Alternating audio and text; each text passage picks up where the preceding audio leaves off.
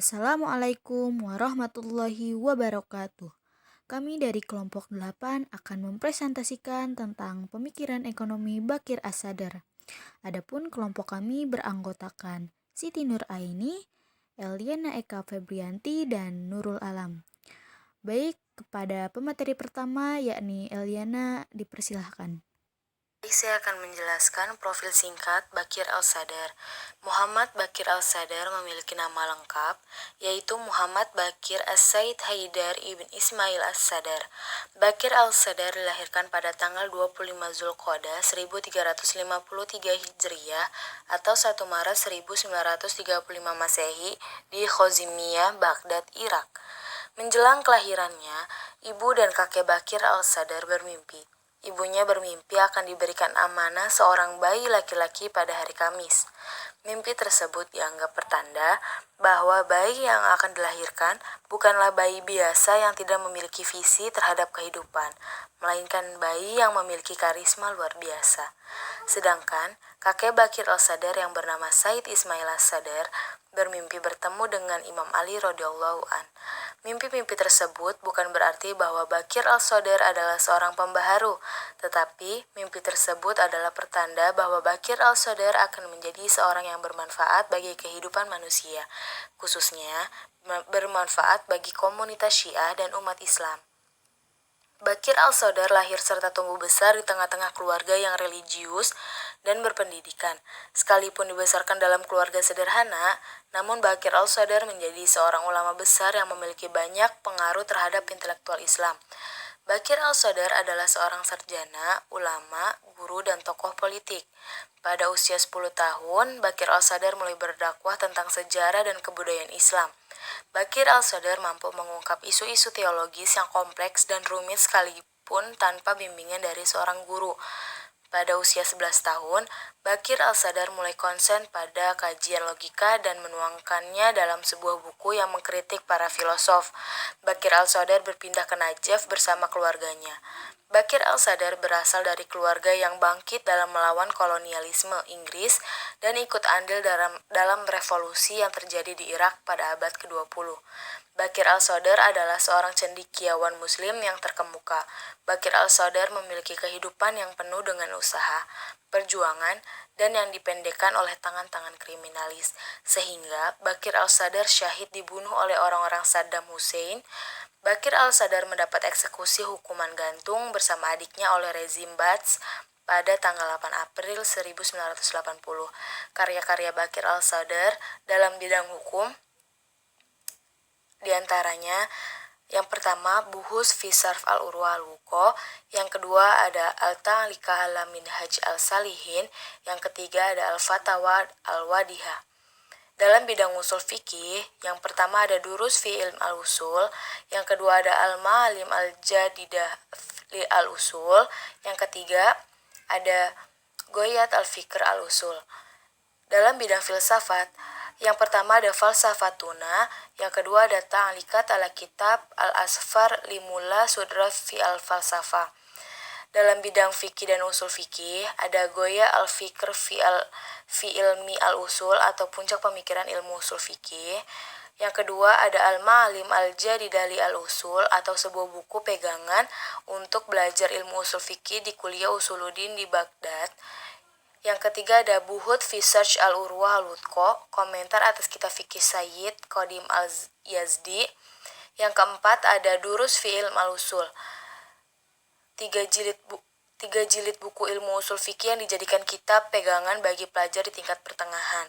Dalam bidang sejarah, ada Fadak atau sebuah buku analisis sejarah dan politik tentang tanah yang dimiliki oleh Sayyidah Fatimah, putri Nabi Muhammad SAW, dan kemudian diambil oleh Khalifah pertama dan dijadikan sebagai harta Bait al-Mal. Yang kedua ada Bat al-Haul al-Wilayah atau pembahasan seputar kemelut kepemimpinan yang terjadi pasca Rasulullah SAW. Yang ketiga ada Al-Sunan al-Tarihiyah fi Al-Quran Al-Karim, fenomena sejarah dalam Al-Quran. Yang keempat ada Ahl al-Bait Tanawu al-Adwar wa Wihdah al-Hadaf atau Ahl al-Bait dalam perbedaan strategis dan persamaan tujuan. Selanjutnya saya akan meneruskan tentang karya Bakir As-Sadr dalam bidang filsafat, yaitu ada Falsafatuna dan Al-Usus Al-Mantikiyah Al-Istiqra. Kemudian dalam bidang pendidikan, karyanya yaitu Al-Madrasah Al-Islamiyah. Dalam bidang keagamaan umum, bukunya terdapat 4. Yang pertama, Bathaullah Al-Mahdi. Yang kedua, Bathaullah Al-Wilayah. Yang ketiga, Al-Islam Yakud Al-Hayah. Dan yang terakhir, Al-Fatawa Al-Madihah. Selanjutnya mengenai peran negara dalam pengalokasian sumber daya dan kesejahteraan publik. Nah, di sini fungsi negara ada 3. Yang pertama, distribusi sumber alam kepada individu yang berdasarkan pada keinginan dan kepastian untuk bekerja. Yang kedua, pelaksanaan yang tepat sesuai dengan undang-undang yang sah dengan menggunakan sumber daya. Dan yang ketiga, memastikan keseimbangan sosial. Distribusi menduduki bagian utama dalam pemikiran As-Sadr.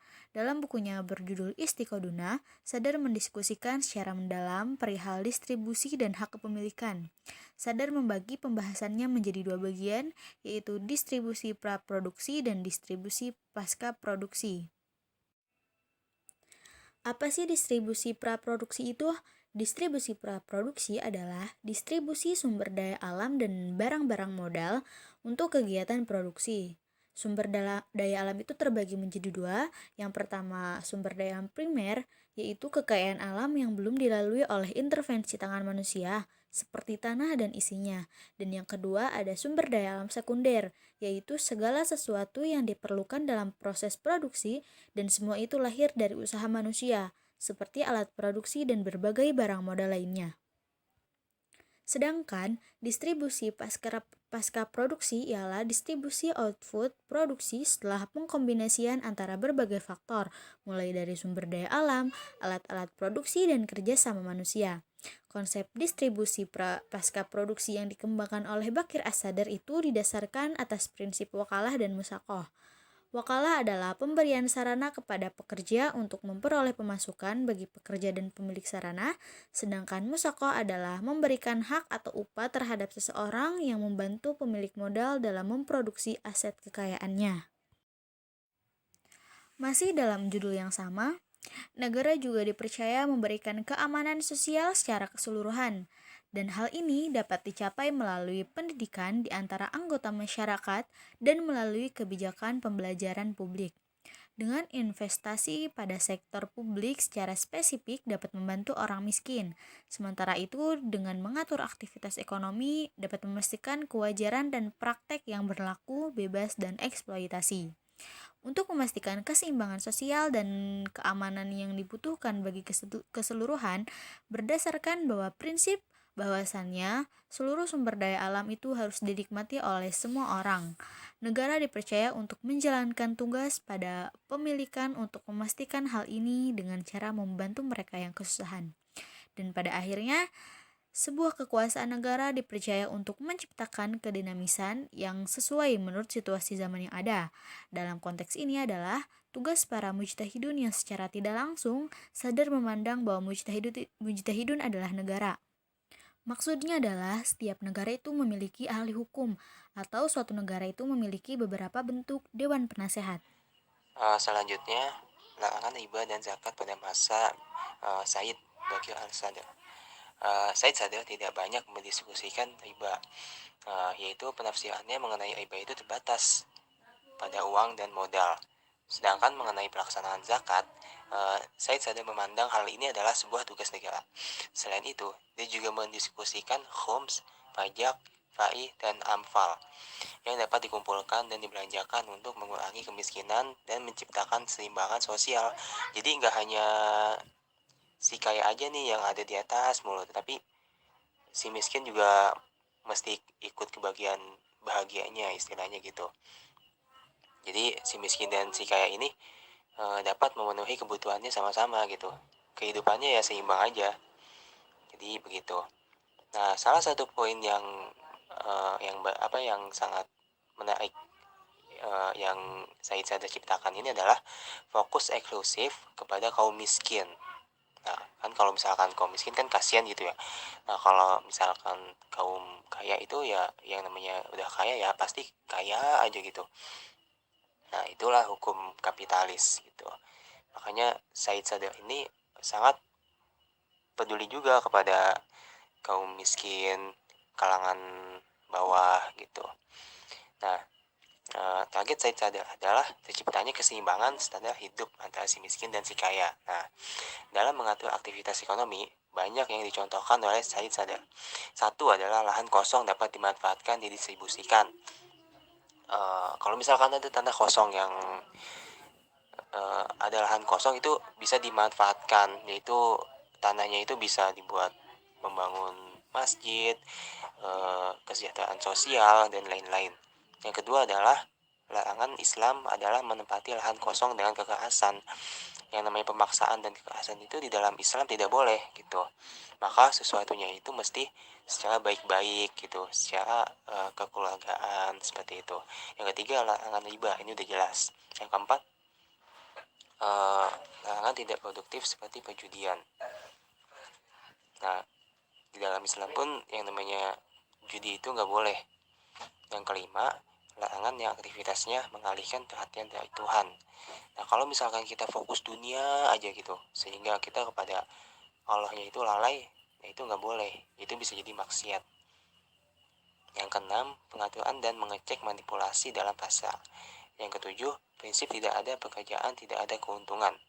Dan yang kedelapan adalah larangan pemborosan. Filsafat kapitalis dalam pandangan Said Bakir Al-Sadar. Nah, dalam buku beliau, yaitu judulnya Iqtisaduna, Ekonomi Kami, Said Sadar menuliskan pandangannya bahwa sistem ekonomi kapitalisme hanya membawa kekayaan kepada pihak tertentu secara tidak terkendali. Nah, jadi tuh yang kaya tuh kayak merasa diuntungkan banget gitu. Jadi tidak ada keadilan gitu. Yang kaya makin kaya dan miskin makin miskin. Yang kemudian berdampak pada adanya tekanan ekonomi bagi masyarakat dari kelompok kalangan bawah. Nah, hal ini kemudian akan memicu penyebaran kekayaan dan kepemilikan harta yang tidak merata pada masyarakat. Akibat fatalnya dari sistem ini adalah tidak bisa dihindari dan harus bertanggung jawab. Dan harus ditanggung oleh kalangan masyarakat yang berada di bawah. Nah, selain itu, Said Sadar juga mengkritik tajam landasan sistem kapitalisme yang terlalu menitikberatkan kepada materialisme. Sama halnya dengan kritiknya atas sikap rakus dan serakah pada pengelola bisnis dan ketidakadilan dalam pemberian upah bagi para pekerja. Oke, pembahasan selanjutnya adalah filsafat sosialisme dalam pandangan Bakir Sadar. Beliau turut menyumbangkan kritik lewat tulisan yang tidak kalah tajam terhadap sistem ekonomi sosialisme. Nah, Said Sadar ini menganggap bahwa ekonomi sosialisme itu justru cenderung memfokuskan diri secara ekstrim gitu terhadap perlawanan pada kapitalisme dengan mengedepankan sosok pekerja sebagai figur utama. Namun, justru melupakan orang-orang dalam kelompok bawah yang lemah dan tidak mampu bekerja. Padahal, dalam konsep awal sosialisme, kalangan inilah yang seharusnya menjadi fokus perhatian utama dalam pemerintahan. Selain itu, Said Sadar juga membantah dengan tegas pernyataan kelompok sosialis yang mengatakan bahwa kebebasan individual adalah harga yang harus dibayar agar bisa terbangun komunitas sosial yang ideal. Sebagai pembenaran mereka atas sistem diktatorialisme proletariat yang dalam teorinya dikatakan membantu kaum rakyat jelata. Namun, pada kenyataannya adalah hanya menambah penderitaan mereka saja, tidak mendapatkan hasil apa-apa. Nah, beliau ini juga membantah konsep dialektika materialisme dan determinisme dari para kaum sosialis dengan mengungkapkan arti dan makna sesungguhnya dari konsep kedua tersebut, serta memberikan interpretasi yang tepat dari keduanya. Oke, pembahasannya itu saja yang bisa saya sampaikan. Terima kasih. Mungkin hanya itu yang bisa kami sampaikan. Kurang dan lebihnya mohon dimaafkan. Wassalamualaikum warahmatullahi wabarakatuh.